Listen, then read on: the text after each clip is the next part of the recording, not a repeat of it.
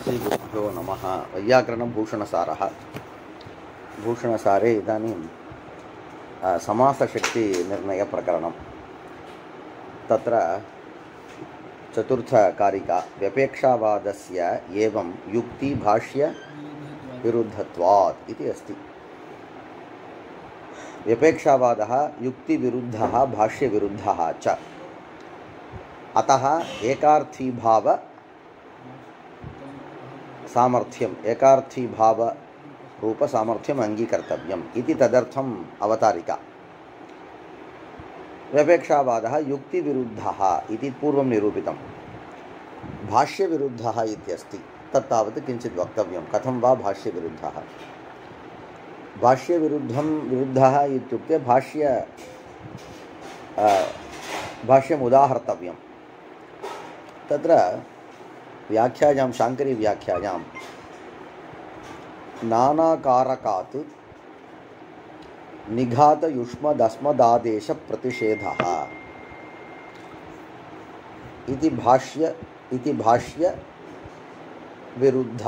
विरुद्धत्वात् इति तत्र अन्वयः। नानाकारकात् निघात युष्मदस्मदादेश प्रतिषेधः इत्यत्र प्रथमं तत्र एवम् अस्ति। कुत्र समर्थपदविधिः इत्यत्र सूत्रे पंक्तिः भाष्यपंक्तिः एवम् अस्ति।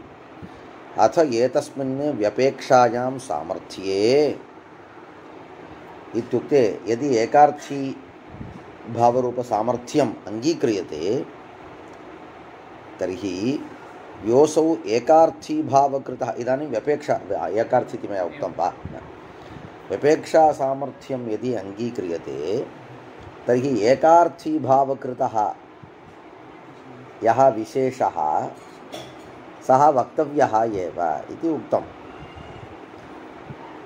तदनन्तरं दूषणदर्शकवार्तिकम् इत्युक्ते व्यपेक्षावादः यदि व्यपेक्षारूपसामर्थ्यं यदि अंगीक्रियते तर्हि तत्र कः दोषः? तदर्थं दूषणवाक्यं प्रदर्शयति। तत्र नानाकारकात् निघात युष्मदस्मदादेश प्रतिषेधः इति।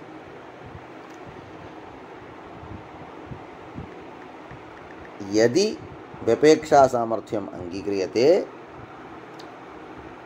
तर्हि कश्चन दोषः भवति। तस्य दोषस्य प्रतिषेधः वक्तव्यः। यदि व्यपेक्षा सामर्थ्यम् अंगीक्रियते एकार्थी भाव सामर्थ्यं नांगीक्रियते तर्हि एकार्थी भाव सामर्थ्य पक्षे यद्यत् कार्यं भवति तत् कार्यं व्यपेक्षा सामर्थ्य पक्षे अपि भवितुमर्हति, परन्तु न इष्टं। किञ्चित् कार्यम् इतः परम् अहं वक्ष्यामि। तच्च कार्यं कुत्र इष्टम्? एकार्थी भाव सामर्थ्ये सति इष्टं। तच्च कार्यं कुत्र न इष्टं? व्यपेक्षा सामर्थ्ये तावत् तत् कार्यं न इष्टं।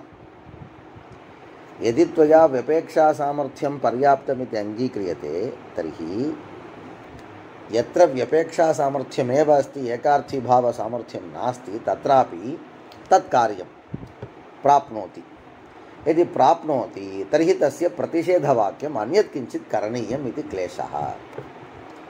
किं कार्यं प्राप्नोति इत्युक्ते कार्यद्वयं सः प्रदर्शयति। एकं कार्यं तावत् निघातः इति, अन्यत् कार्यं तावत् आदेशः। निघातः नाम स्वरः। एकार्थी भाव सामर्थ्य पक्षे कुत्रचित् उदाहरणे कस्मिंश्चित् उदाहरणे किं प्राप्नोति? निघातस्वरः अनुदात्तस्वरः प्राप्नोति। स एव तत्र इष्टः। सः स्वरः व्यपेक्षा सामर्थ्य पक्षेपि तस्मिन् उदाहरणे भवितुमर्हति। तदहं त्यजामि, स्वरं त्यजामि। एकम् उदाहरणम् आदेशम् अहं प्रदर्शयामि। कः आदेशः? युष्मदस्मदादेश प्रतिषेधः। किं तत्? इदानीं तत्सूत्रं पठामः। युष्मदस्मदोः षष्ठी चतुर्थी द्वितीयास्थयोः वान्नावौ। वाम् इति एकः, तद्वत् किं नौ इति एकः।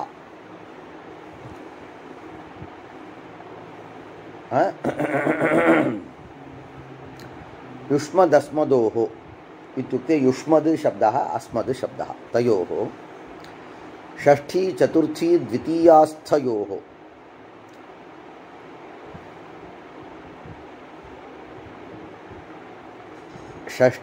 युष्मत् शब्दः अस्मद्, युष्मद् इति प्रातिपदिकम्, अस्मद् इति प्रातिपदिकं तदुभयं कुत्र विद्यते इत्युक्ते तत् षष्ठ्यन्तं विद्यते, चतुर्थ्यन्तं विद्यते, तद्वत् द्वितीयान्तं विद्यते।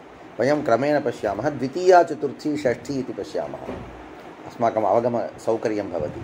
द्वितीया चतुर्थी षष्ठी तयोः वां नावौ, माम्मा आवां नौ इति विद्यते। त्वां त्वा युवां वौ इति विद्यते। त्वां त्वा युवां वाम वाम इति वौ इति मया उक्तं वा। त्वां त्वा युवां वाम इति विद्यते। मां किं मां माम्मा आवां नौ इति विद्यते। अत्र नौ इति विद्यते, तत्र वाम इति विद्यते। अवगतं वा, साधु वा? कुत्र कुत्र विद्यते? त्वां त्वा युवां वाम। एवं च युष्मद् शब्दस्य तत्र वाम इति आदेशः, त्वां त्वा युवाम इति विद्यते किल, युवाम इत्यस्य स्थाने वाम इति आदेशः। प्रथमं युष्मत् शब्दं समापयामः, तदनन्तरं किं तुभ्यं ते युवाभ्यां वाम इति विद्यते। तत्रापि तव ते युवयोः वाम, तत्र युवयोः इत्यस्य स्थाने वाम इति युष्मशब्दविषये। अस्मत्शब्दविषये माम्मा आवां नौ इति विद्यते। तदनन्तरं मह्यं मे आवाभ्यां नौ इति विद्यते। मम मे आवाभ्यां, मम मे आवयोः नौ इति विद्यते। एवञ्च आदेशः।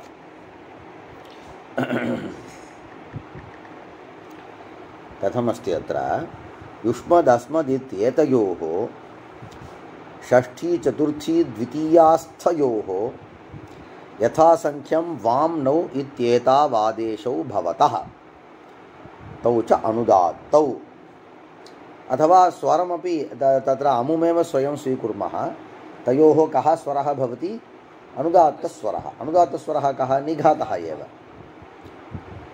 पदस्य पदात् अनुदात्तं सर्वम् अपादादौ शिव अपादादौ इति सर्वम् इह सम्बध्यते।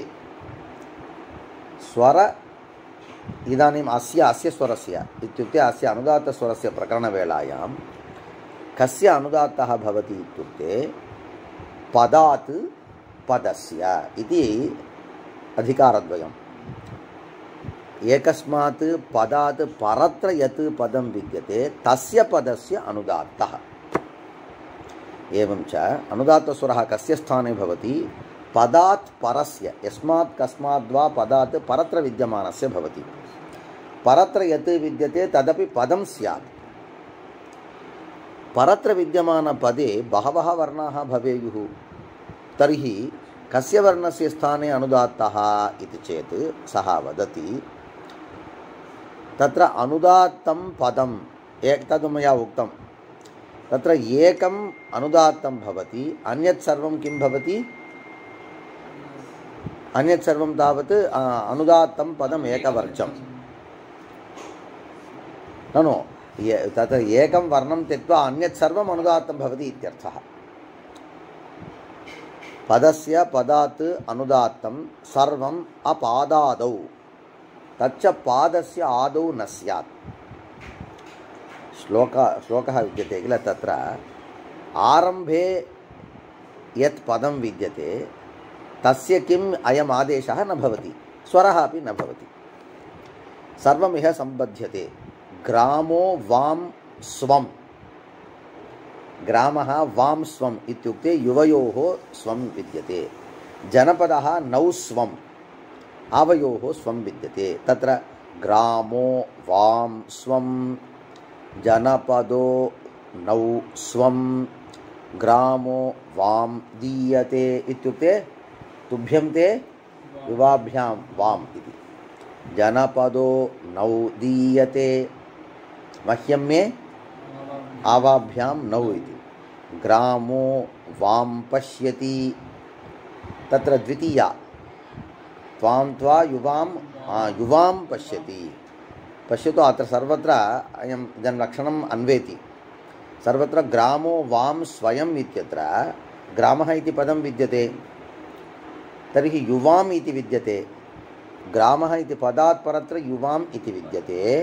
युवाम् इति तावत् तत्र युष्मत् शब्दः किं कुत्र विद्यते इत्युक्ते, कुत्र तिष्ठति इत्युक्ते षष्ठ्यन्तः विद्यते, षष्ठीस्थः।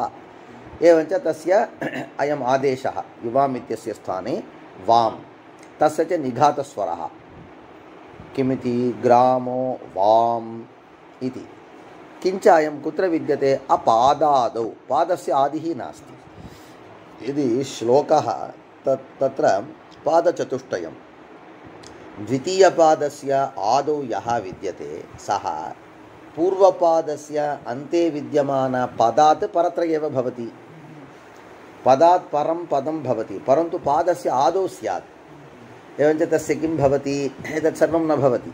अवगतं वा? निघातस्वरः न भवति, आदेशोऽपि न स्वरति। एवञ्च श्लोकस्य आरम्भे एते शब्दाः न प्रयोक्तव्याः। श्लोकस्य आरम्भे इति न, पादस्य आरम्भे एते शब्दाः न प्रयोक्तव्याः।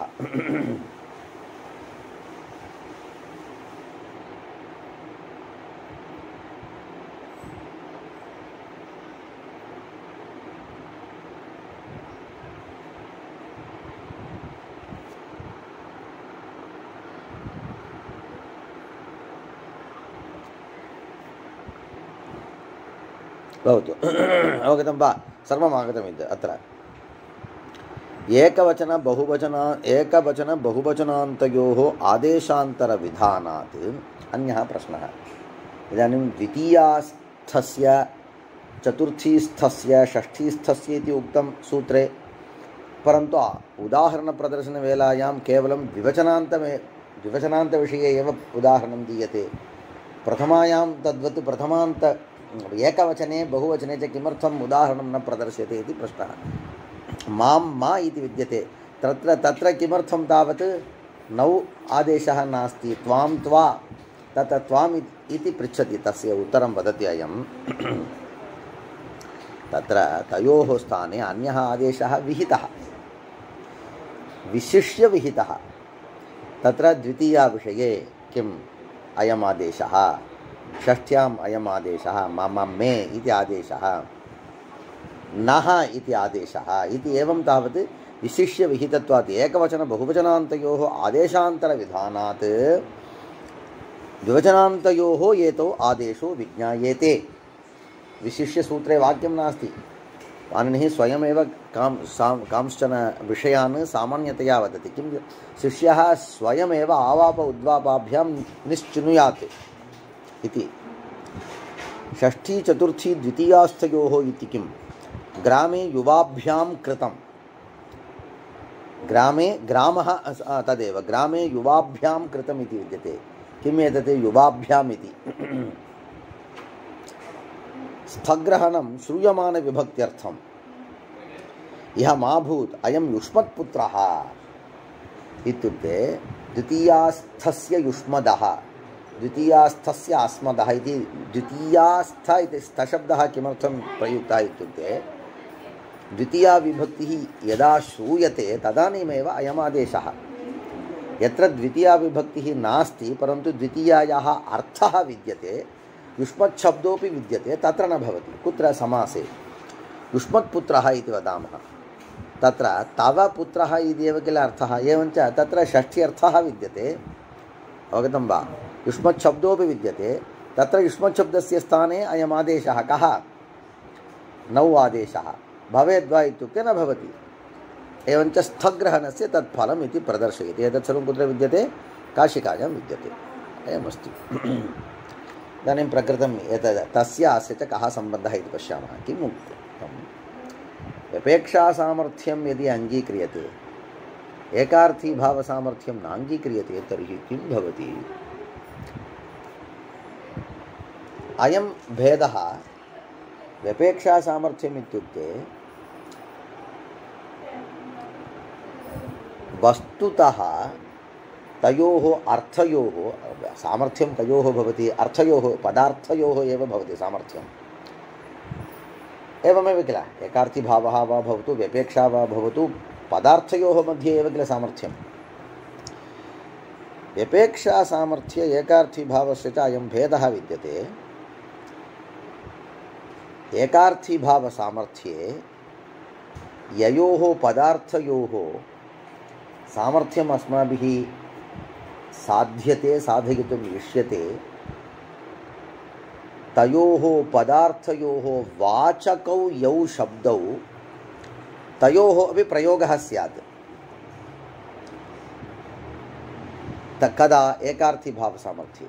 व्यपेक्षासामर्थ्ये तावत् द्वयोः अर्थयोः व्यपेक्षा अस्ति, परन्तु एकस्य अर्थस्य वाचकः शब्दः यद्यपि न प्रयुज्यते तथापि सः अर्थः स्वीकर्तुं शक्यते। अवगतं वा? एवं भेदः विद्यते इति अङ्गीकृत्य उपरि अस्माभिः द्रष्टव्यं। तत्र एतस्मिन् व्यपेक्षायां भाष्यं विद्यते, पठामि। विपेक्षायां सामर्थ्ये सति नानाकारकात् निघातयुष्मदस्मदादेशाः प्राप्नुवन्ति, तेषां प्रतिषेधो वक्तव्यः। कुत्र? निघातः अयं दण्डः हर अनेन इति विद्यते। अयम् अन्यः, अयं दण्डः हर अनेन इति वाक्यं। वस्तुतः एतत् भिन्नभिन्नवाक्यं वा एकं वाक्यं वा इत्युक्ते एकतिङ्वाक्यम् इति अस्ति।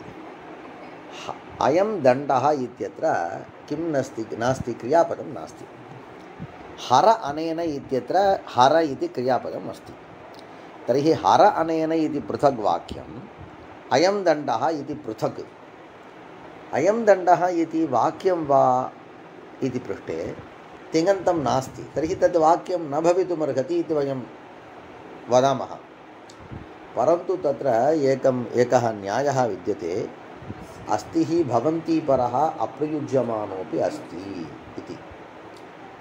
एवञ्च यदि कस्मिंश्चित् वाक्ये क्रियापदं नास्ति, परन्तु सत्तारूप अर्थस्य अपेक्षा विद्यते, तत्र अस्ति इति शब्दः अस्ति इति अङ्गीकर्तव्यम्।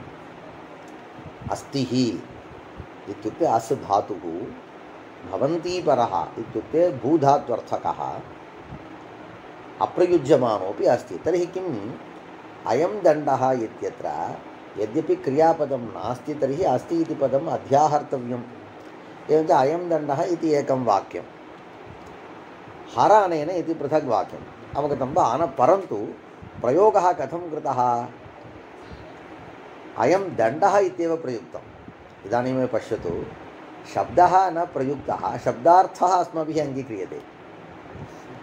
अयं दण्डः इत्येव, परन्तु हिन्दीभाषायां यः दण्डः है इति प्रयुज्यते, स एव अर्थः। पदं न प्रयुक्तम्, अर्थः स्वीक्रियते, तदेव उक्तम्। अयम् एकः विषयः। हर अनेन इत्यत्र विद्यते, तत्र तावत् क्लेशः नास्ति। परन्तु अनेन इति विद्यते किल, अनेन इति इदं शब्देन कः पदार्थः ग्राह्यः इत्युक्ते, इदं तावत् सर्वनामशब्दः। सर्वनामशब्दानां तावत् प्रकृतपरामर्शित्वं, बुद्धिस्थपरामर्शित्वम् इति सामान्यतया प्रकृतपरामर्शित्वमेव अङ्गीक्रियते। तर्हि प्रकृतं किम् इति अयम् अनेन हर इत्युक्ते इदं शब्देन कः पदार्थः ग्राह्यः इति तावत् सर्वनामशब्दत्वात् प्रकृतस्यैव परामर्शः इति कारणात् कः अत्र प्रकृतः इति प्रकृतजिज्ञासा अवश्यं भवेत्। प्रकृतजिज्ञासायां प्रकृतं किम् इत्युक्ते दण्डः एव तत्र तस्य प्रकृतत्वं कथम् इत्युक्ते अव्यवहितपूर्वोत्तरत्वम् उभयोः वाक्ययोः अस्ति इति कृत्वा तस्य प्रकृतत्वम् अयं दण्डः इति प्रयुक्तं झटिति हर अनेन इत्युक्तं तर्हि अपेक्षासामर्थ्यं यदि अङ्गीकरोति तर्हि किं भवति दण्डः इति पदार्थस्य हर इत्यत्र हरणक्रियया साकं सम्बन्धः अस्ति इत्युक्ते हर अनेन इत्यत्र इदं शब्दार्थस्य एव हर शब्दार्थे अन्वयः हरणक्रियायाम् अन्वयः तथापि इदं पदार्थः सामान्यतया इदं त्वेन नान्वेति इदं पदवाच्यत्वेन कः अन्वेति दण्डः एव अन्वेति तर्हि दण्डपदार्थस्य अथवा एवं भवतु हरपदार्थस्य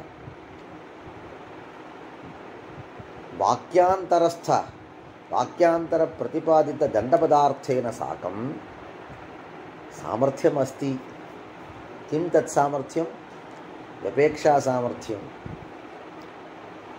एकार्थीभावसामर्थ्यम् इति तावत् अनन्तरं पश्यामः यदि एकार्थीभावसामर्थ्यम् एकस्मिन् पदे एव स्यात् इदानीं तावत् भिन्नभिन्नवाक्यस्थम् इत्युक्ते भिन्नभिन्नपदत्वं सुतरां सिद्धं परन्तु व्यपेक्षासामर्थ्यमस्ति व्यपेक्षासामर्थ्ये सत्यपि सर्वं कार्यं तत्र एकार्थीभावसामर्थ्ये सति यद्यत् कार्यं तत्सर्वम् अत्रापि यदि भवितुमर्हति तर्हि किं भवति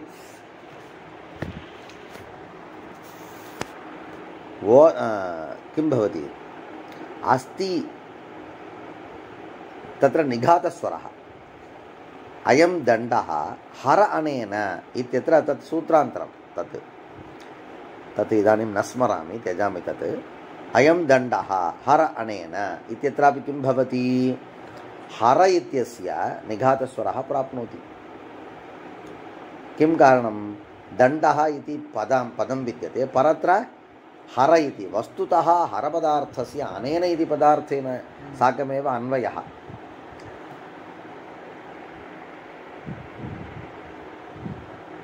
परन्तु इदानीम् एकार्थीभावसामर्थ्यं यदि अङ्गीकुर्मः तर्हि एकार्थीभावसामर्थ्यपक्षे अयं दण्डः इत्यत्र दण्डपदार्थेन साकं हरपदार्थस्य सामर्थ्यसत्वात् दण्ड इति पदात् हर इति पदस्य परत्र विद्यमानत्वात् तत्र किं भवति निघातस्वरः प्राप्नोति पदात् पदस्य किमपि अस्ति पश्यतु इदानीं न स्मरामि पदात् पदस्य इति विद्यते अयं दण्डः हर अनेन अस्ति दण्डस्य हरतेश्च व्यपेक्षा दण्डस्यापि हरतिना व्यपेक्षा अस्ति हरतेः अपि दण्डेन व्यपेक्षा अस्ति शब्दः वा भवतु अर्थः वा हरतेश्च इति सः प्रयुक्तवान् अहमपि वदामि अस्ति दण्डस्य हरतेश्च व्यपेक्षा इति कृत्वा निघातः प्राप्नोति युष्मदस्मदादेशः कुत्र ओदनं पच तव भविष्यति इति वदति ओदनं पच ओदनपाकं कुरु तव भविष्यति तव किं भविष्यति ओदनः एव भविष्यति परन्तु ओदनपदं न प्रयुक्तं तर्हि ओदनं पच तव भविष्यति इत्यत्र ओदनं पच मम भविष्यति अस्ति ओदनस्य युष्मदस्मदोश्च व्यपेक्षा तत्र वस्तुतः ओदनपदार्थस्य पच धात्वर्थेन एव वस्तुतः अन्वयः इत्युक्ते शब्दं वाक्यरीत्या यदि पश्यामः ओदनं पच इति तत् एकं वाक्यं तव भविष्यति पूर्व उदाहरणे यः श्रमः क्लेशः सः अत्र नास्ति उभयत्र तावत् क्रियापदम् अस्ति यद् पृथक् पृथक् पदत्वं सिद्धं पृथक् पृथक् वाक्यत्वं सिद्धं सः अन्यः यदि पृथक् पृथक् वाक्यत्वं तर्हि भिन्नवाक्यस्थस्य पदार्थस्य तद्भिन्नवाक्यस्थपदार्थेन साकम् अन्वयः कदापि न भवति एकवाक्यस्थानां पदानां ये अर्थाः तेषामेव किल परस्परम् अन्वयः। इदानीं कथमस्ति स्थितिः इत्युक्ते भिन्नभिन्नवाक्यं, परन्तु वाक्ये भिन्नेपि व्यपेक्षा अस्ति। ओदनं पच तव भविष्यति इत्यत्र तव पदार्थस्य तव किं भविष्यति, परन्तु ओदनशब्दः न प्रयुक्तः द्वितीयवाक्ये। अप्रयुक्तत्वादेव तव पदार्थः कं व्यपेक्षते इत्युक्ते ओदनपदार्थं व्यपेक्षते। तर्हि सामर्थ्यमस्ति। तर्हि किं भवति इत्युक्ते पूर्वं तया उक्तं किल, पदस्य पदात् युष्मद् एवञ्च पृथक् पृथगेव विद्यते। कथं विद्यते एतत्, ओदनं पच इति पृथक्, तव भविष्यति इति पृथक्, परन्तु अत्रापि तव इति पदं किं विद्यते, षष्ठ्यन्तं विद्यते, युष्मद् रूपं विद्यते, पदात् परत्र विद्यते। पदात् परत्र न, पदात् परत्र इत्युक्ते एकार्थी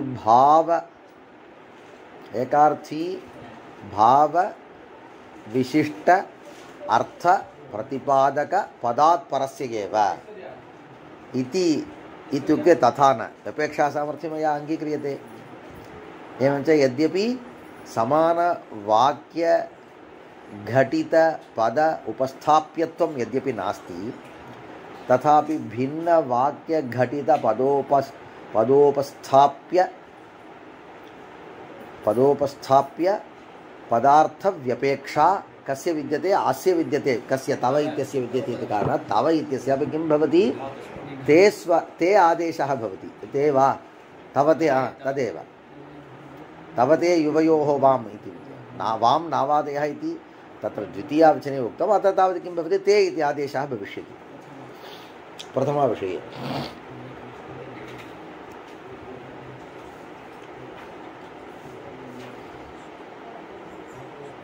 ओदनं पच मम भविष्यति अस्ति ओदनस्य युष्मदस्मदोश्च व्यपेक्षा इति कृत्वा वान् नावादयः प्राप्नुवन्ति। अत्र तावत् वां न, अत्र तावत् ते मे इति। अन्यत्र यदि अन्यद् भवतु, ओदनं पच तत्र युष्माकं तवते युवयोः ओदनं पच युवयोः भविष्यति इत्यत्र किं स्यात्, तवते युवयोः नौ वा वाम्डा तवते युवयोः वाम् इति वामादेशस्य प्राप्तिः विद्यते। ओदनं पच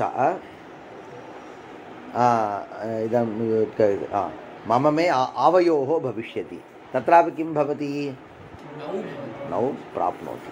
वस्तुतः नौ न, तदेव पूर्वं मया उक्तं, नौ तावत् न स्यात्, परन्तु तत् स्यात्। अवगतं वा?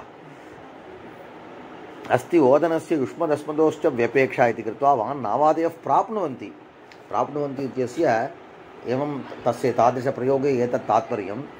प्राप्नुवन्ति, प्राप्नुवन्ति वा, प्राप्नुवन्तु इति तथा न वक्तव्यं। दोषः इति तात्पर्येन அவன் வந்துருவான்டா அப்படின்னு, திருட வந்துருவான் சரி, அப்போ நாளைக்கு நாளைக்கு விருந்தாளிலாம் வந்துருவாடுறா அப்படின்றதுக்கும் திருடன் வந்துருவான்டான்றதுக்கும் வித்தியாசம் இல்லையா? விருந்தாளிலாம் வந்துருவான்னா சரி வரட்டும்னு அர்த்தம், திருடன் வந்துருவான்னா அது வரட்டும்னு அர்த்தமா, வரக்கூடாதுன்னு இல்லையா அர்த்தம்? அப்போ இந்த प्राप्नुवन्तिக்கு அது தாத்பரியம், புரிஞ்சுதா? एवञ्च वान् नावादयः प्राप्नुवन्ति तेषां प्रतिषेधो वक्तव्यः। तर्हि तात्पर्यं किम्, अपेक्षावादसामर्थ्य अङ्गीकारे दोषः भवति, एकार्थिभावसामर्थ्य अङ्गीकारे दोषः नास्ति। अवगतं वा इति तात्पर्यं, तदेव तत्र उक्तं। पर्याप्तं वा? नानाकारकात् निघात युष्मदस्मदादेश प्रतिषेध, இது முடிஞ்சிட்டு இதெல்லாம் மேலே போனோமா இல்லையா? அதுக்கு மேலே பண்ணலாம். இது இங்கே என்ன இருக்கு, இங்கே இந்த பகுனாம் விருத்தி தர்மா நாம் ஆரம்பிக்கணுமா, எதை ஆரம்பிக்கணும், எது வரணும் பின்ன இங்கே இருக்கு, இங்கே வியாக்கியாயம் இது பதவிதிகி வா.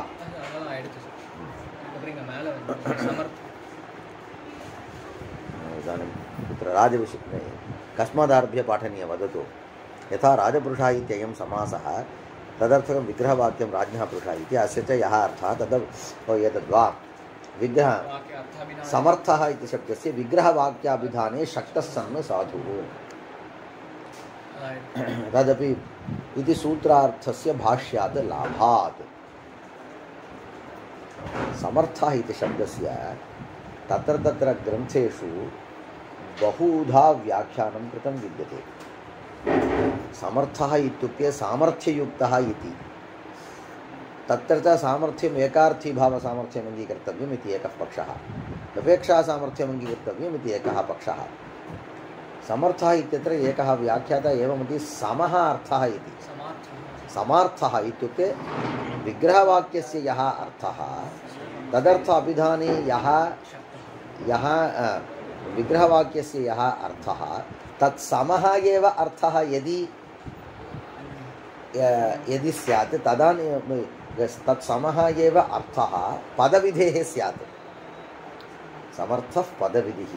पदविधिशब्देन यः ग्राह्यः सः कीदृशः स्यात् इत्युक्ते विग्रहवाक्यस्य यः अर्थः तेन समः स्यात् इत्युक्त्वा तत्र क्लेशः भवति इति उक्तं। कथं? विग्रहवाक्ये अन्यस्य पदस्य प्राधान्यं दृश्यते, समासे तावत् अन्यस्य पदर्थं प्राप्तम् उदकं यम् इति सः इति मास्तु। उदकं तावत् तत्र प्रथमा एकवचनान्तम्। उदकं यं प्राप्तं, यं ग्रामम् उदकं प्राप्तवत् अस्ति इति अस्ति। तर्हि प्राप्तम् उदकं यम् उदकं प्राप्तम् इत्युक्ते अत्र कस्य किं प्रथमान्तं विद्यते? उदकं प्राप्तमिति प्रथमान्तं विद्यते। प्रथमान्तमुख्यविशेषिकशाब्दबोधपक्षे तयोः एव किल प्राधान्यम् इत्युक्ते यम् इत्युक्ते उदकं यत्किञ्चित् प्राप्तं विद्यते तादृश उदकम् अस्ति।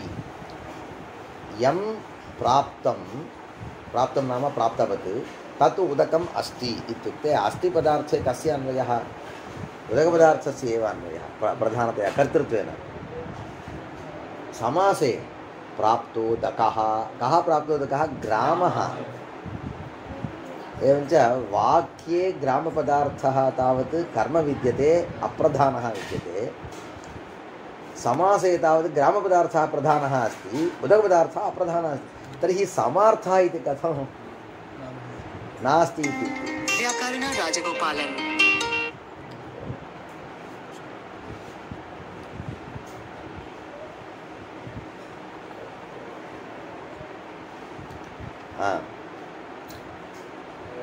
परन्तु अत्र किम् उक्तं? समासस्य यः विग्रहस्य यः अर्थः तदर्थ अभिधाने यदि शक्तः तर्हि सः साधुः। अत्र समर्थशब्दस्य शक्तः इत्यर्थः। यः शक्तः सः साधुः। व्याकरणेन किं ज्ञाप्यते इत्युक्ते आद्गुणः इति सूत्रस्य एवम् अर्थं वर्णयन्ति। अवर्णात् अचिपरे पूर्वपरयोः स्थाने गुणः भवति,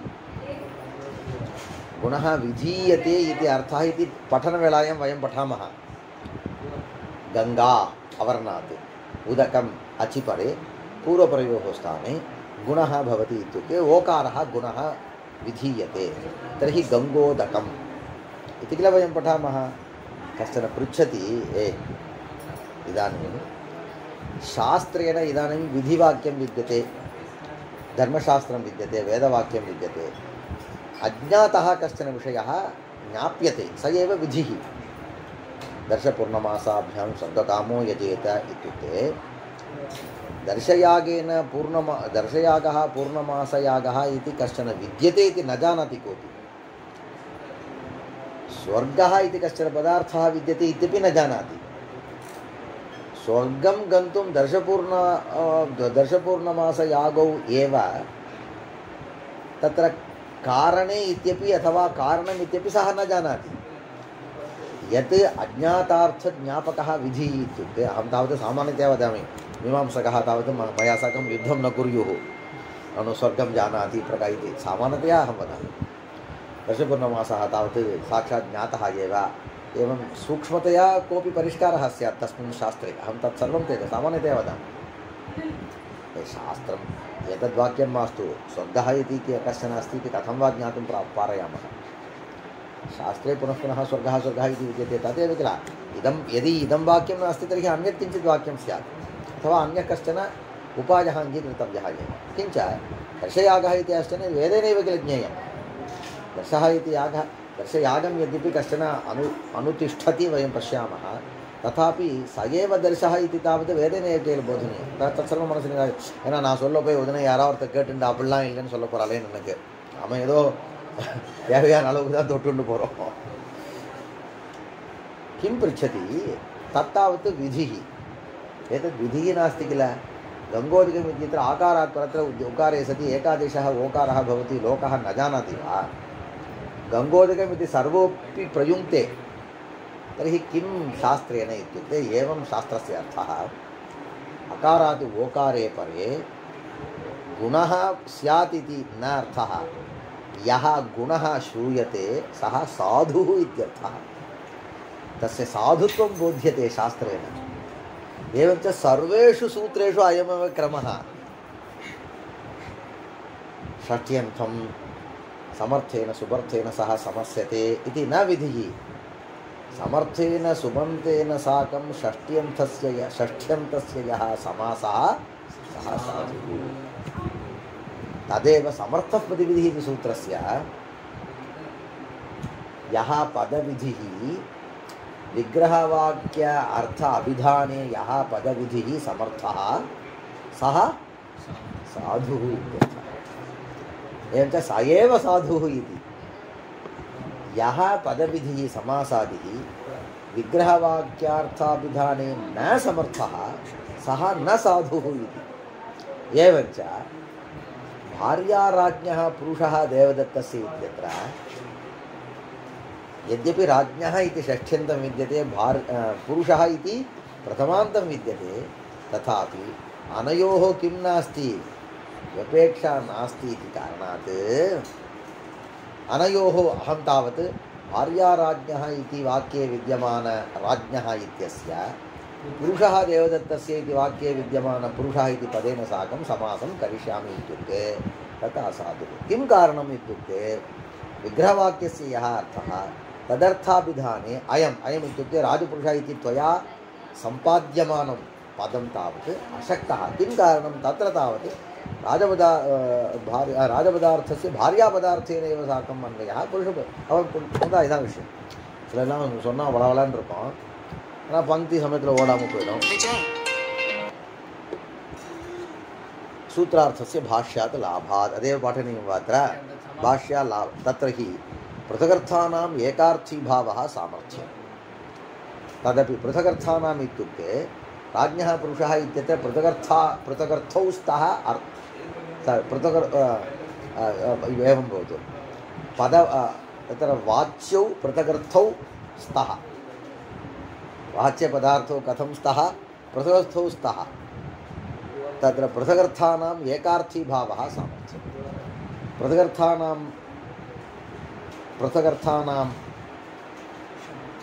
पदानाम् एकार्थीभावः इत्युक्ते एकार्थवाचकत्वं विद्यते समासे। राज्ञः पुरुषः इति वाक्ये पृथगर्थानि सन्ति। राज्ञः पुरुषः इति वाक्ये पृथगर्थानि सन्ति। कानि पदानि?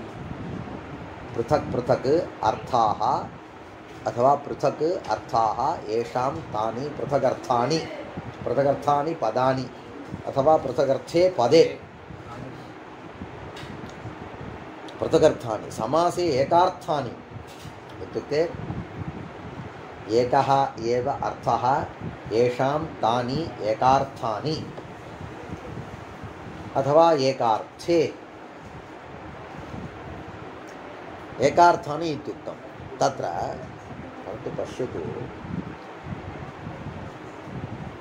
बुद्धौ यः अर्थः अस्माभिः कदाचित् सर्वत्र न बुद्धौ यः अर्थः अस्माभिः स्वीक्रियते, बुद्ध्या स्वीक्रियते अथवा बुद्धौ स्वीक्रियते, तस्य अर्थस्य सम्पूर्णतया प्रतिपादयितुं, तम् अर्थं सम्पूर्णं प्रतिपादयितुं कुत्रचित् शब्दाः न भवन्ति लोके, अर्थप्रतीतिः अस्माकं भवति, परन्तु तादृश अर्थबोधकः नास्ति। अत्र पश्यतु, एकार्थानि इति उक्तं किल, किम् एकः अर्थः येषां तानि इति उक्तं किल मया। कुत्र? राजपुरुषः। एकः अर्थः ययोः ते एकार्थे। अवगतं वा? पश्यतु,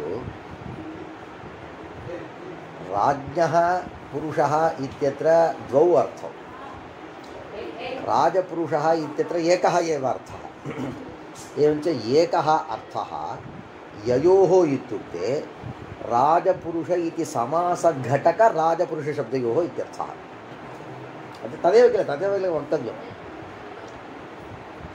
एकः अर्थः ययोः ते एकार्थे इत्युक्ते कश्चन पृच्छेत्, कपाले ताडनं कृत्वा पृच्छेत्, राजपुरुष इति समासे जाते तत्र पृथक् पृथक् पदे नस्तः इत्येव किल त्वया उक्तं। यदि पृथक् पृथक् पदे नस्तः तर्हि एकः अर्थः ययोः इति कथं वा वदसि? எனக்கு ஒன்றுமே தெரில, ஒன்றா தான் இருக்குன்னு சொல்லிட்டு இப்போ இது ஒன்று அது ஒன்று ரெண்டு இருக்குன்னு சொல்லிடா படவான்னு கேட்பான் இல்லையா? बिम्बावन्तः। तर्हि एकपदार्थानि इति न प्रयोक्तव्यम्। एकपदार्थकानि किमस्ति तत्र? एकार्थानि इति अस्ति। तर्हि एकार्थम् इति वक्तव्यं। तर्हि कथम्? एकः अर्थः यस्य तत् पदम् एकार्थम्। किं तत्? राजपुरुषः इति पदं। तस्य पदस्य कति अर्थाः सन्ति? एक एव अर्थः यस्य तत्। किमर्थं वक्तव्यम् एतत्? पदम् एकम् इत्युक्ते अर्थः एकः एव किल भवति। अवगतं वा? तर्हि विग्रहवाक्ये तावत् पृथगर्थानां पदानाम् इति शब्दप्रयोगः साधुः। समासविषये तावत् एकार्थानि पदानि, एकार्थे पदे इति शब्दप्रयोगः असाधुः। अवगतं वा? परन्तु बुद्ध्या अस्माभिः गृह्यते। तर्हि तत्र कथं व्यवहारः इत्युक्ते,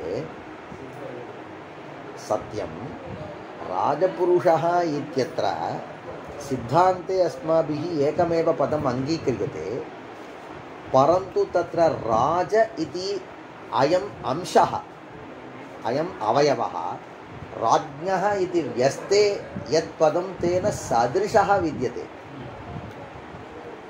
75% सदृशः, सः तावत् राज्ञः इति अस्ति, अयं तावत् राज इति अस्ति।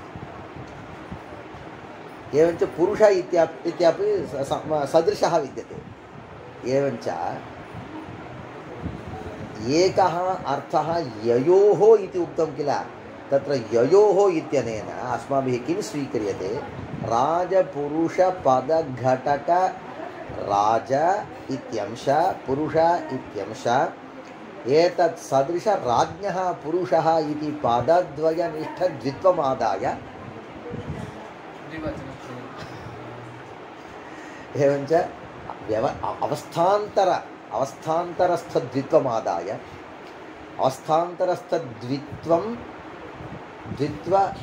द्वित्वं कुत्र विद्यते? तयोः पदयोः विद्यते।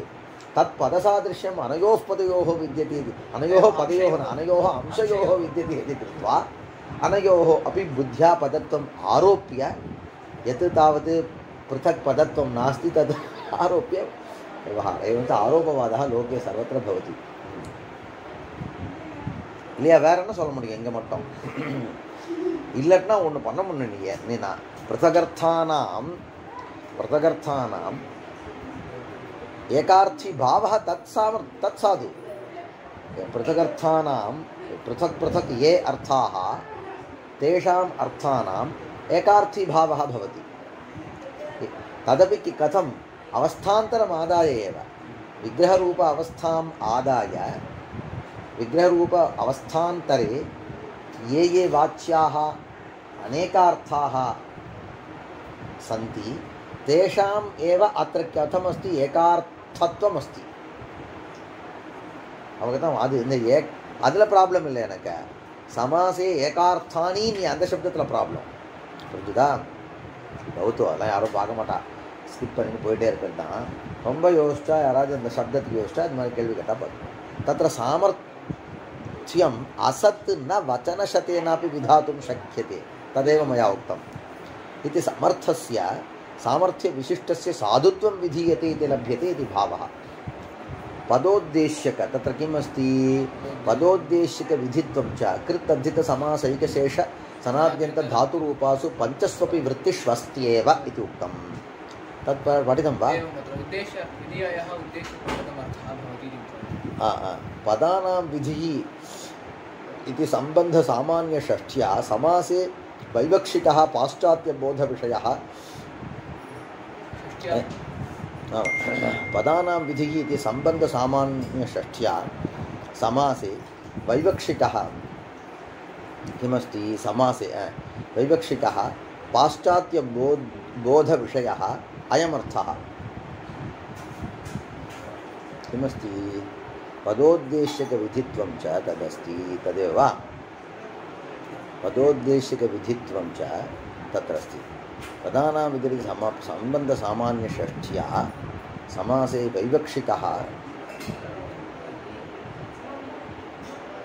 न तु उद्देश्यविधेयभावरूपसम्बन्धाभिधायिन्या तया समासः நான் ஏதோ சொன்னல நான் நீங்க மறந்துட்டேன் उद्देश्यविधेयत्वं प्रथमार्थः संबंध सामान्य षष्ठी अर्थம் சரி அதுக்கு எப்படி சமர்த்தனம் பண்ணனும்னா அது உद्देश्यविधेय ரூபத்துல அதுவா சாரி विशेषलक्षण षष्ठी पदानां विधिः विद्यते किल तत्र प्रथमं तावत् विधिशब्दस्य अर्थः अत्र विधीयते इति विधिः इति अस्ति तदादाय अस्माभिः अत्र विधिशब्देन विधानं विधिः इति सः अर्थः नाभिप्रेतः विधीयते इति विधिः तर्हि इदानीं सूत्रे तावत् पदविधिः इति शब्दः श्रूयते समासः श्रूयते विधिशब्देन कः पदार्थः ग्राह्यः विधानविषयीभूतः तर्हि पदानां विधिः इति षष्ठी विद्यते वस्तुतः तस्मिन् दिने मया उक्तम् इति विधिशब्देन कः गृह्यते समासादिः गृह्यते एवञ्च समासादिः कथं स्यात् इति पृष्टे समर्थः स्यात् अवगतं वा विधिशब्देन समासः गृह्यते सूत्रे विद्यमान समर्थः पदविधिः इत्यत्र तर्हि विधिशब्देन समासः समासादिः स च समासादिः कथं स्यात् समर्थः स्यात् पर्याप्तं परन्तु सः विधिः कीदृशः स्यात् इत्युक्ते पदविधिः इत्युक्तं तर्हि पदमेव विधीयते वा इति यत्र पदं विधीयते पश्यतु विधिशब्देन किं समासादिः स्वीकृतः तर्हि यः विधीयते सः पदरूपः स्यात् इति प्रतीतिः स्यात् परन्तु पदं यदा पदं तावत् न विधीयते कुत्रापि परन्तु यदा पदं सत्यं पदं यदा विधीयते तर्हि तत् कथं स्यात् पदरूपविधिः भवेत् यदि पदरूपविधिः तर्हि विधिशब्देन समासादिः न ग्रहीतुं शक्यते पदं तावत् समासः न पदं तावत् तद्धितान्तः न इत्युक्ते विधानविषयीभूतत्वेन यदा पदं विद्यते तच्च पदं किं रूपं न भवति कृद्रूपं वा तद्धितरूपं वा समासरूपं तथा न भवति तर्हि कथं वा पदविधिः इत्यत्र समासः इत्युक्ते सः वदति पदस्य पदं च सः तथा योग्य मया उक्तं तथा मास्तु पदानां विधिः पदविधिः इति अस्तु तर्हि विधानविषयीभूतः यः अस्ति सूत्रे यत् सूत्रमेव किं विधानक्रियायां करणं विद्यते सूत्रं विधानक्रियायां कर्ता अस्ति पाणिनिः विधानक्रियायां करणं विद्यते सूत्रं पाणिनिः सूत्रेण करणेन विधानं करोति तच्च विधानं किं रूपं प्रकृते इष्टं कृत्तद्धितसमास एकशेषसनाद्यन्तधातुरूपं किं विध तदेव कर्मरूपं तस्मिन् कर्मकार कर्म तच्च कथं स्यात् इत्युक्ते पदसम्बद्धं स्यात् इति पदसम्बद्धम् इत्युक्ते पदानामितिः इत्यत्र सम्बन्धसामान्यषष्ठ्या सा च षष्ठी सम्बन्धसामान्यषष्ठी अङ्गीक्रियते समासे वैवक्षिकः पाश्चात्यबोधविषयः अयम् वैवक्षिकः विवक्षानुरोधेन इत्युक्ते कुत्रचित् अस्य शब्दस्य अयमेव अर्थः इति न निर्णीयते परन्तु मम अभिप्रायः स एव अर्थः मया विवक्षितः अर्थः स एव इति वक्तुं शक्नुमः किल एकस्य शब्दस्य कुत्रचित् नानार्थाः सम्भवन्ति नानार्थेषु किं सम्भूतेषु कश्चन किं वदेत् मया विवक्षितः अर्थः अयमेव तद्वत् शेषषष्ठी एव शेषषष्ठ्याः मया अभिप्रेतः अर्थः तावत् मया विवक्षितः अर्थः अन्यः तदेव समासे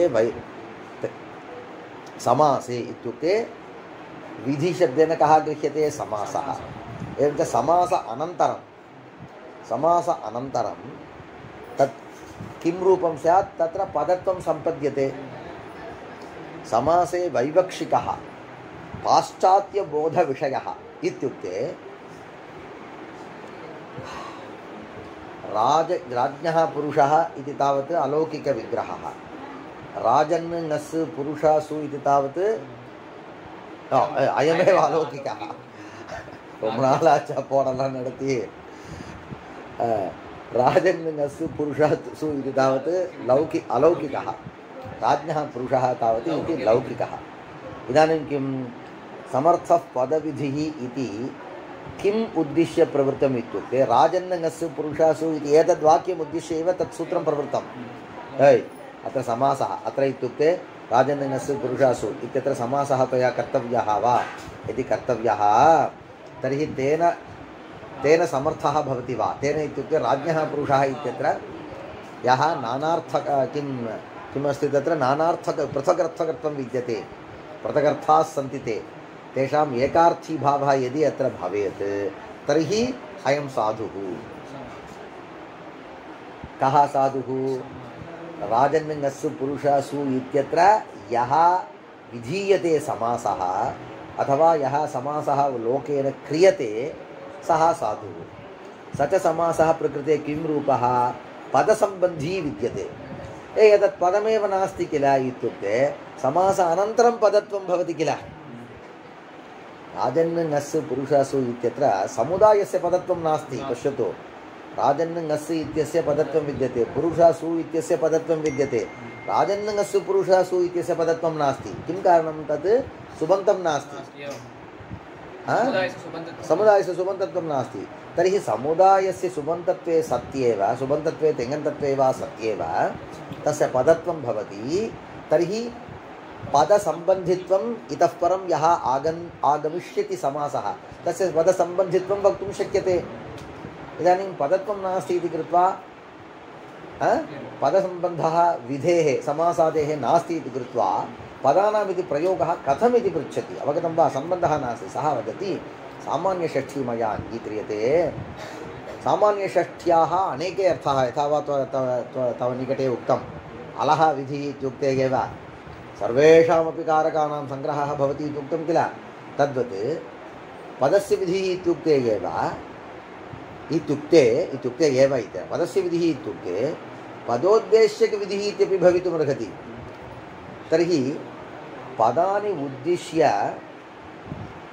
उद्दिश्य यः विधिः समासादिः भवति सः समर्थः इत्युक्ते प्रकृते पदानि उद्दिश्य समासः नास्ति इत्युक्ते तस्य पदत्वमेव नास्ति समासः पृथक् पृथक् न भवति मिलित्वा एव भवति मिलित्वा इति पश्यामः तर्हि पदत्वं नास्ति तर्हि पदानि उद्दिश्य विधिः इति समासे अपि असाधुः पदस्य विधिः इति शेषषष्ठी समासं कृत्वा विग्रहम् आश्रित्य तत्रापि शेषषष्ठ्या उद्देश्यत्वं स्वीक्रियते यदि तदानीमपि दोषः उद्देश्यत्वं नास्ति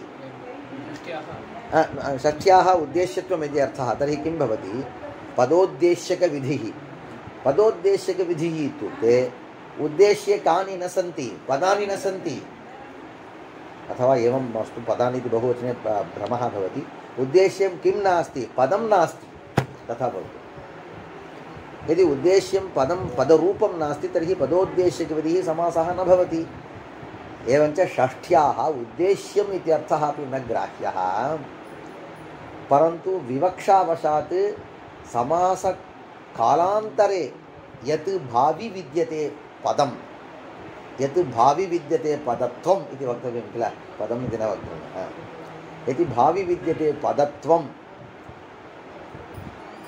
तत् मनसि निधाय पदस्य उद्देश्यमिति मास्तु कालान्तरभावी पदत्वं कालान्तरभाविनः पदत्वेन साकम् इदानीं यः प्रवर्तते समासः तस्य सम्बन्धः विद्यते எனக்கு ஒரு மகன் பிறப்பான் அவனுக்கு நான் இதை பேரை வைப்பேன்றான் இவன் சொல்கிறான் எங்கடா பிறக்கலேடான்றான் அது மாதிரி समास अनन्तरमेव किं भवति पदत्वं भवति समासानन्तरभावि पदत्वेन साकम् अस्य समासस्य सम्बन्धः विद्यते इति कार्य इति कृत्वा पदस्य विधिः इति षष्ठी எனக்கு ஒரு மகன் அது மாதிரி என்ன சமாதானம் சரியா அதான் இவர் இங்கே சொல்கிறார் உனக்கு கீழே வேற புஸ்தகம்லாம் பதோத்தேசிக விதினா அவன் வியாக்கியானம் பண்ணியிருக்கா உத்தேசியம்ன்றது உத்தேசியம் தாவது பூர்வபாவி எது நீ தமிழில் இருக்க உத்தேசியம் வேற தமிழில் வந்து எனக்கு மனசில் ஒரு உத்தேசம் இருக்குது ஊருக்கு போகணும்னு அந்த உத்தேசம் கிடையாது இங்கே தாவது உத்தேசியம் தாவது பிரதமம் பூர்வம் எது வித்தியதே சித்தம் வித்தியதே தது உத்தேசியம் अनन्तरं यत् आगच्छति तत् विधेयम् अवगतं वा इदानीं विद्यमानराज्ञः राजन्नस्य पुरुषासु इत्यत्र पदत्वं विद्यते वा नास्ति तर्हि पदम् उद्देश्यं न भवति நீ அந்த உத்தேசம்லாம் மனசில் விட்டுடணும் இதை நினச்சிருந்தாலும் நீ கேட்குறா வேற என்னடா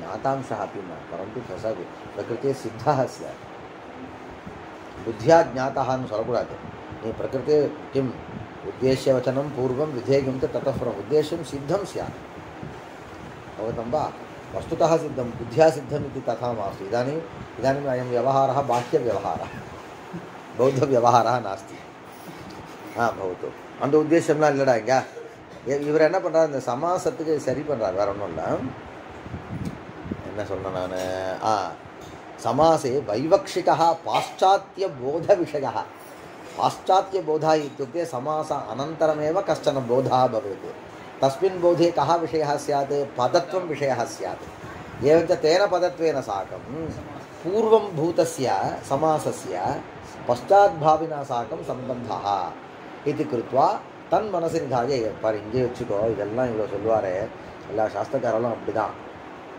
ஒரு கட்டம் வரும்போது ஒன்று மறைச்சிடுவான் ஏன்னா இங்கே வந்து பதத்வம் தாவது காலாந்தர பாவி வித்தியதே समासः तावत् पूर्वं प्रवर्तेत किमुद्दिश्य कमुद्दिश्य प्रवर्तेत इत्युक्ते राजन्नस्य पुरुषासु इत्येतदुद्दिश्य प्रवर्तेत तत्र तावत् त्वया यत् उक्तं पदोद्देश्य पदसम्बन्धित्वम् इति पदसम्बन्धित्वं नास्ति तस्य एप्पुर्रानु केटा कालान्तர भाविना साकम् अस्य सम्बन्धः वैवक्षिकःலாம் சொல்றீங்க ஏன் இது உனக்கு வந்து ஸ்போட்டவாதத்தில் घटः इत्यत्र अकार उच्चारणवेलायां घकारः नास्ति तकारोच्चारणे अत्रापि कालान्तरभावी சொல்லலாம்ல நீ कालान्तरभावी विसर्गेण साकं गकारकारटकारकाराणां सम्बन्धं मनसि निधाय तस्य बोधकत्वं वस्तून् சொல்லலாமே நீ सम्बन्ध बुद्ध्या आदाय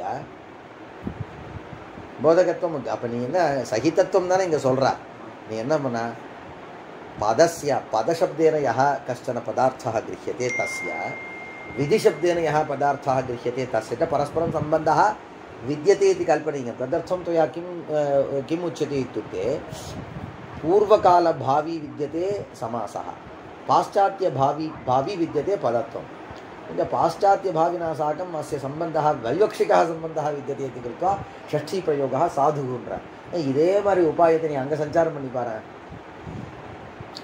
அங்கே வரும்போது உடனே என்ன பண்ண ஏன கிரமேண அனுபவா தேனைவ கிரமேண ஸ்மிருதி இது நாஸ்தி இது காரணாத்து எல்லாம் சொல்கிறியா இல்லையா? எல்லா சாஸ்திரக்காராலும் நான் சொன்ன மாதிரி ஒரு சித்தாந்தம், மெயின் சித்தாந்தம் அவள் ஸ்தாபனம் பண்ணிடுவாளா.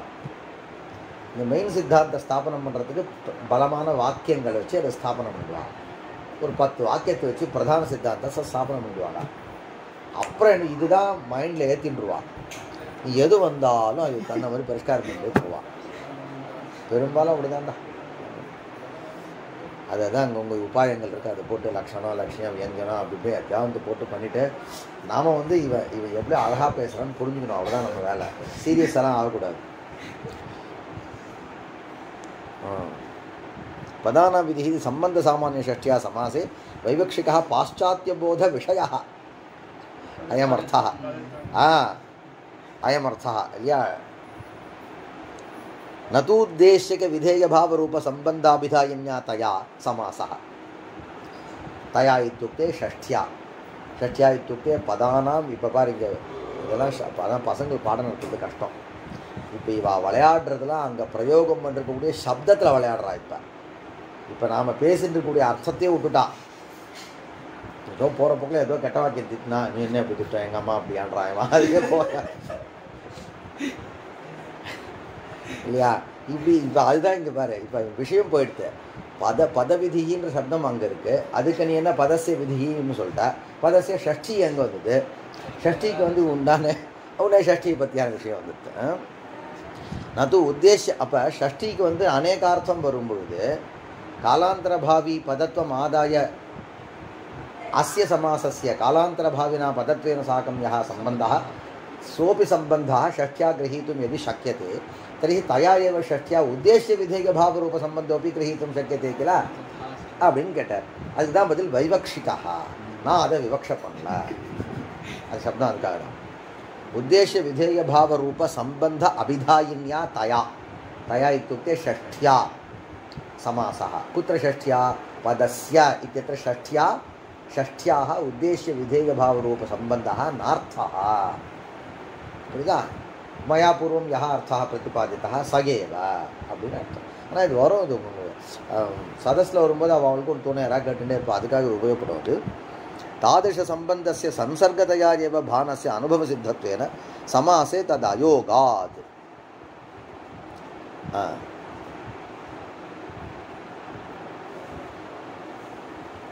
नीलमुद्दिश्य घटविधायके नीलो घटः इत्यादौ षष्ठीवारणाय तस्य अगत्या षष्ठ्यर्थत्व अभावाच्च. इदानीं अन्यत् किञ्चित् परन्तु सा विषय प्रकरणं तदेव.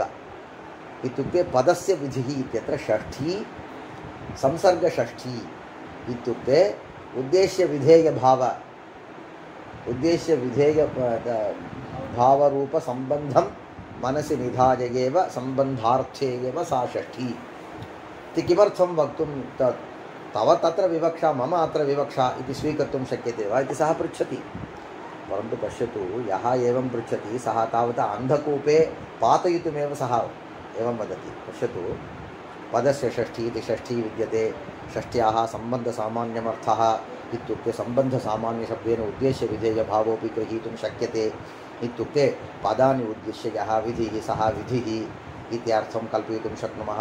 आहा प्रमादम् इत्युक्ते राज्ञः पुरुषः इत्यत्र राजन्यस्य पुरुषः सु इत्यत्र तावत् पदत्वमेव नास्ति. இப்போ ஒன்று நாம் ஷஷ்டியை உத்தேச விதேய பாவம் ஷஷ்டின்னு சொன்னால் ஒரு அனுகூல பட்சத்துக்கு கொண்டு போகிறான்னு நினைக்காதா. கடைசியில் என்ன சொல்ல போகிறான்? நீ வியாக்கரணமே தப்புன்னு சொல்லிட்டு போகிறான். அதுக்காக தான் இவர் என்ன சொல்கிறாருன்னா, அந்த ஷஷ்டி இங்கே அபிப்பிரேத்தம் இல்லைன்னு சொல்கிறாரு. அதுக்கு அவர் சொல்கிறார், पदविधिः इति समासः. तत्र पदस्य विधिः इति षष्ठी मया क्रियते. सा षष्ठी तस्याः षष्ठ्याः इति संसर्गः अर्थः. तर्हि संसर्गार्थं बोधयितुं षष्ठी तावत् न अपेक्ष्यते इति वदति.